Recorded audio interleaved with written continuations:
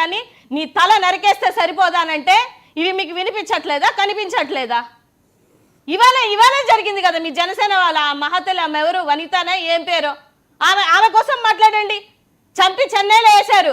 అదే ఇక్కడ ఆంధ్రప్రదేశ్లో కానీ జరుగుంటే ఈ పాటికి కాళహస్తిలో ఉన్నటువంటి వైఎస్ఆర్సీపీ వాళ్ళ మీద తోసేసేవాళ్ళు. పక్కన చెన్నైలో కాబట్టి ముక్కు పిండి ఎవరెవరు ఏంటి వీడియోలన్నీ బయటికి తీసి మిమ్మల్ని నిలబెట్టి కడుగుతున్నారు కాబట్టి. ఎందుకంటే పాపం ఈ మధ్య పవన్ కళ్యాణ్ గారు చెన్నైకి ఎందుకు వెళ్తున్నారా అనుకుంటున్నాను. ఇలాంటి స్కెచ్లు వేస్తారని మాకు తెలియదు. చీకట్లో కన్నుగొట్టి చేస్తారేమో అన్న మాటకే మీరు వణికిపోతే ఇవాళ నిర్దాక్షిణంగా డ్రైవర్ని చంపేసి అక్కడెక్కడో నదిలో పడేస్తే దానికోసం డిబేట్ లేదంట. ఈ రప్పా ఇవి ఎందుకండి రాష్ట్రంలో ఉన్నటువంటి ప్రజల కోసం? ఇవి అవసరమా ప్రజలకి? కాదండి, నాని మాట్లాడారా లేకపోతే కొడాలి నాని మాట్లాడారా, పవన్ కళ్యాణ్ మాట్లాడారా, లేకపోతే ఇప్పుడు అలాగా సార్ లోకేష్ గారు కాదండి, మీరు ఎక్కడో చెన్నైలో పడిసారు అన్నారు. సార్ వినండి, ఒక మాట వినండి. మీరు ఇప్పుడు చెన్నైలో పడిసారు అన్నారు, డోర్ డెలివరీ చేసినప్పుడు ఏం చేశారని వాళ్ళు అడుగుతారు. కాదు ఇప్పుడు వాళ్ళు అదే అడుగుతారు. నెక్స్ట్ వెంటనే వాళ్ళు సస్పెండ్ చేశారు అంటున్నారు. సంబంధించిన ఆవిడ అడుగుతుంది. నేను ఒక మాట అంటాను, వర్మ గారు, లోకేష్ గారు ఒక్క నిమిషం ఆగండి, మీరు ఆగండి, మీరు నేనేం కన్ఫ్యూజ్ అవను, మీరు వినండి కామ్ గా చాలు. ఇప్పుడు లోకేష్ బాబు గారు కాలర్ పట్టుకొని అడగమని చెప్పారు. అంటే మరి ముగ్గురు కలిపి నన్ను డిస్టర్బ్ చేస్తే నేను కన్ఫ్యూజ్ అవుతాను. మీరు మాట్లాడినప్పుడు నేను మాట్లాడలేదు, అందుకే అంటున్నాను సార్, ఆవిడ వినిపించలేదు అంటుంది కదా. లోకేష్ బాబు గారు నా కాలర్ పట్టుకొని అడగండి అని అన్నారు. ఇప్పుడు వెళ్ళి కాలర్ పట్టుకొని అడుగుతారా? ఎవరు అడగాలి? ఎందుకు అడుగుతారు? వాళ్ళ ఆవేశానికి సంబంధించి ఏవో 2-3 డైలాగులు కొట్టారు అని అంటే అవతల అటుపక్క నుంచి డైలాగులు వస్తున్నాయి, ఇటుపక్క నుంచి డైలాగులు వస్తున్నాయి. నేనేమంటున్నానంటే ఈ డైలాగులు రాష్ట్రంలో ఉన్నటువంటి ప్రజలకి అవసరం లేదు. మీరు రాష్ట్ర ప్రజలకి ఏం చేయాలనుకుంటున్నారు? ఎన్ని ప్రామిసులు ఇచ్చి వచ్చారు, ఏ ప్రామిసులు మీరు నెరవేర్చారు? అది మాట్లాడకుండా ఏంది ఎప్పుడు ఆ రప్పా డైలాగ్ పెట్టినోడే ఈ టీడీపీకి సంబంధించినటువంటి మనిషి. ఆడు పెట్టిన డైలాగ్ రోజు నుంచి ఈ రోజు వరకు ఇదేదో పెద్ద దేశంలో ఏదో తీరని ఒక లోటులాగా, ఒక సమస్యలాగా, దీనికోసం డిస్కషన్ ఏంది సార్? మరి చంపేసి పంపించిన వాళ్ళ కోసం ఇవాళ డిబేట్ అది పెట్టండాల్సింది కదా.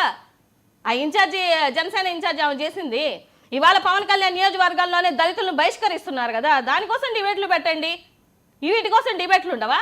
లేదా పవన్ కళ్యాణ్ నియోజకవర్గంలోనే చిన్న బిడ్డల మీద అగత్యాలు జరిగాయి, దీనికోసం డిబేట్ ఉండదా? అంటే మీరు లేకపోతే హోంమంత్రి గారు ఇన్ని కాదు, మీరు డిబేట్లు లేవని మీరు ఎందుకు అనుకుంటున్నారు?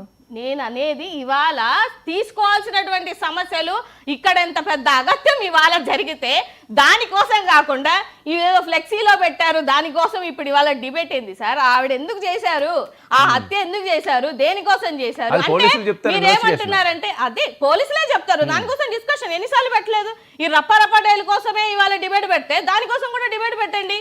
ఎందుకు పెట్టట్లేదు మీరు? వాళ్ళ భర్తను ఎందుకు సస్పెండ్ చేయలేదు? ఆవిడ ఒక్కనే సస్పెండ్ చేస్తే చేతులు దులుపుకుంటే అయిపోద్దా? ఆ చంద్రబాబుని సస్పెండ్ చేయరా మీరు? అందులో ఉన్నటువంటి 5 మందిలో చంద్రబాబు నాయుడు ఉన్నారు అని చెప్పేసి వాళ్ళనే కదా ఇచ్చేసారు. వాళ్ళని పిలవండి. మీరు మా మీద మీ మీద మీరు చెప్పుకోవడం కాదు. మీ పరిపాలన బాగాలేదు, మీ సర్వేలో చెప్తాయి, మీ నాయకులే చెప్తున్నారు అయ్యా మా పరిస్థితులు బాగాలేదని.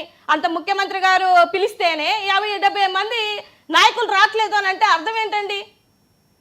మీ పరిపాలన బాగుందా? లేకపోతే ఈయన విష్ణుకుమార్ రాజు గారు చెప్పట్లేదా? లోకల్ జరుగుతున్నటువంటి సమస్యలు అందరికీ తెలిసినటువంటి విషయమే. మీ కూటమి ప్రభుత్వంలో ఏం జరుగుతుంది అని మళ్ళీ ప్రత్యేకంగా వచ్చి మేము చెప్పాల్సిన అవసరం లేదు.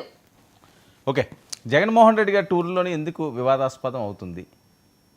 వివాదాస్పదం వాళ్ళు చేస్తున్నారు సార్. ఏం జరుగుతుంది? ఆయన వెళ్తున్నారు, ఆయన రైతుల దగ్గరికి వెళ్ళిన తర్వాతే కదా మీరు సెంట్రల్ మినిస్టర్కి లెటర్లు రాస్తున్నారు. ముందు రాయండి, ముందు గిట్టుబాటు ధరలు తీసుకొని రండి. వస్తే ఆయన ఎందుకు వెళ్తారు? వెళ్ళరు కదా. అవకాశం ఇవ్వకండి. నిన్న సెంట్రల్ మినిస్టర్ దగ్గర నుంచి సెంట్రల్ నుంచి 263 కోట్లు తెచ్చారు. ముందంతా ఏం చేస్తున్నారు? నిద్రపోతున్నారా?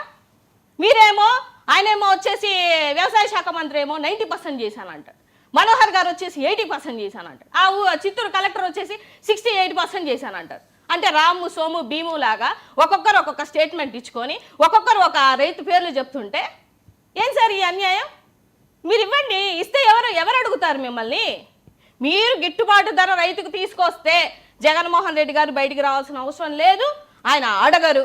మీరు రావట్లేదు, ఆయన వచ్చి వెళ్ళిపోయిన తర్వాత మీరు లెటర్లు రాస్తున్నారు. దున్నపోతు మీద వాన కూర్చున్నట్టు మీకు నిద్రలో ఆయన వచ్చిన తర్వాత మీరు నిద్రలు మేల్కొంటున్నారు. దానికి ఎవరు బాధ్యులు? రైట్. ఆనంద్ సార్ గారు, ఎవరు బాధ్యులు?